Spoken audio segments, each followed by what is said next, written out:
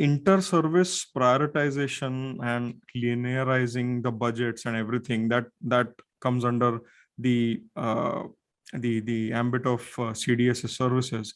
So each service will prioritize its own requirement, the research, the self-resilience in defense manufacturing and modernization efforts and replacement and phasing of the equipment, that is the defense capital expenditure, annual acquisition plan, and reduction of wasteful expenditure, etc., etc. Right. So the groundwork was laid down very swiftly by General Rawat sir, and this is what is known about him as a person that, he was an outspoken extrovert with a type A alpha in the room personality, from discussions of national security governance to tradition, like his efforts were. So basically, he was pushing for Bharat Ratna to be awarded to Field Marshal Cariappa, right? So on a strategic note, knowing General Rawat personally, or rather on a non-strategic note, since the academy days, or since the early days when you came in touch with each other, have associated with each other, how was he as a person on the table and off the field? Please. I would not call him Bipin. Bipin and me joined as schoolboys NDA, 16, 17 years of age, young and bubbling, both army brats. And I have very vivid and fond memories of Bipin in NDA as someone who always had that spark in his eyes and passion. And I can't forget one of the boxing, he was a good boxer. One of the boxing matches, we all had to go, whether we liked it or not, go through rounds of boxing, because there was more than boxing to be imbibed in the event. And I remember Bipin coming against a tough opposition, blood on his face, eyes, but that passion and that resolve in his eyes, that was most emerging. And it was, I am going to be a winner and there's no giving up. And he won that bout, finally. So that was Bipin that I saw very vividly. Then there was a Bipin I saw who was externally very, I would say, hard, but internally very soft, and what a lovely human being. He was a Bipin, a course mate, who often in uniform or out of uniform, we discussed matters. Constructive criticism was welcome. There were several times when he agreed to disagree, but we always had a smile, and we often met socially. He was both the couple very hospitable and socially very nice. And I still remember when my dining out on December 2017, 30th December 31st, I retired. It was, Bipin was the chief. And there was a tradition that from the army battle honours mess, when you dine out, you carried on your chair with Auld Lang Syne playing and the others chanting, "He's a jolly good fellow."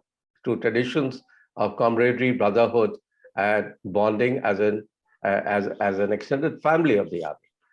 And there was my chief, my course mate, my brother, Bipin, who was leading from the front. He had the armchair right ahead, and I think it was being tilted towards him, towards the other way, because he was tilting, he was holding it the highest, and he was chanting loud and strong. That was the human element in him. When we had course get together, when he had a course photograph, he was a chief and among the first guys to be kneeling and the others sitting on a chair or standing behind the chairs. So there was a human element to him, there was a professional element to him, and there was a soldier element for him, which he is known for his bravery, both in anti-terrorist operations as well as on the LC front, where he also got a sharpener, and also ability to take decisions, whether he looked at the Myanmar surgical strikes or during his course of vice chief and chief, how he dealt with situations both on the Chinese front and on the Western front as well. So one can go on and on of Bipin and Madhulika. Very fond memories when at each event of his celebration, one was there to, both of them, me and my wife, to enjoy his hospitality and have wonderful times. So while the nation will miss a general of such great caliber, a national military leader, I will miss my brother and my dear friend Bipin always and every time, and also Madhulika, whom Bipin was incomplete with. Thank you. Thank you, sir. That really was out of the heart, and that dining out ceremony. So with General Rawat, right behind him was General Khandare. Yes. So you three were so close. So yes, General Khandare, sir, please. I will tell you some things about General Rawat from the Kashmir experience. When General Rawat was moving out of Baramulla, he told me, he said, look, these people are good people, and they are under tremendous pressure from these undesirable elements, and for their own survival, they have to do certain things, understandably. So I said, yes, sir, I understand. And he knew that I had been a deputy GOC in Kilo Force. And when I went as deputy GOC Kilo Force, that's the time he was moving out to Congo to command the brigade, 2nd Brigade, and that too abroad. And before going, he had handed over a number of people and their problems to me, and said, in fact, classically, I can't say handed over because he had moved. But he rang me up and he said, okay, look after so-and-so, look after so-and-so. And the militants killed this person's father, the militants killed this person's husband, or they did this to him, and we need to do something for them. And the testimony of this kind of an approach, I must tell you, when the nation was mourning, Kashmir and especially North Kashmir was mourning a lot. And if this program of yours is heard by the people in Kashmir, they will certify what I am saying, because even when we were all here in kind of a shell shock, exactly the same thing was there in Sopore, where he commanded a brigade, in Baramulla, where he commanded the division, and subsequently as chief, he reached out everywhere. And young professionals, young say people from Kashmir used to ring up. And after a certain stage, when even as a chief and then subsequently as CDS, he told me, do you please handle these guys, because I don't have the time and I don't want to be rude to them. So why don't you help me to take over this responsibility? And I gladly did that, because I was also connected to the same people. And for me, it became simple. I used to talk to these people, whatever were their problems. If I could solve them, fine. If I could not, I had the chief's mandate to ensure that this was solved. And believe me, in the armed forces, nobody questions if there is a noble intention. Nobody will ask you a second question. So if there is somebody who has to be helped, it has to be helped outright. It can't be a little help and more help. It doesn't happen like that. You've got to help and go all out. So those people were absolutely in the same state as we all were. In addition to that, I must tell you that for them, it was like a dream come true that Hamara commander sahab, this is the way they address. Hamare GOC sahab chief ban gaye, CDS ban gaye. That is the way they used to address. Janab, hame unse milna hai. तो we used to logically ask कि भाई कोई काम है तो बताओ साहब, फिर तैयारी करके आएंगे साहब, कुछ नहीं, हमको सिर्फ उनसे हाथ मिलाना है. That a person has reached out to the heart of a common man, and a common man who's under tremendous pressure from across the line of control or from those elements who would not let them live a normal life. I will give you another small example which I narrated when I went to the prayer meeting in Supreme Court. The lawyers had organized a prayer meeting, and I took time to go and narrate this incident to them. One of the periods in North Kashmir was when this agitational dynamics had gone so bad that they used to hold the entire civil society to ransom by saying Bandh hai and nothing will move. So there was a particular period in Kashmir where even the essentials were not moving to people, and Baramulla had a sizable number of government officials, which included judges, which included lawyers, which included government officials, the SDO, the various officials there. And even they were at their wits' end as to how do they handle.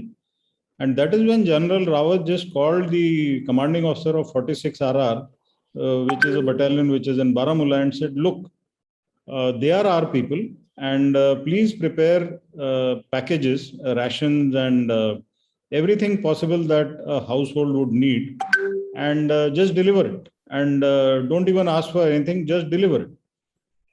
Imagine the kind of impact it has had when a person was scared of opening the door because somebody would barge in and do something nasty.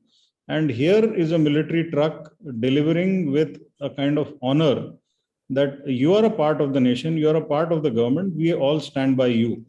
So there is nothing to get worried. I would say this is something which we are taught. These are the values which are taught in military, and most important is during critical times to remember and to take action on them.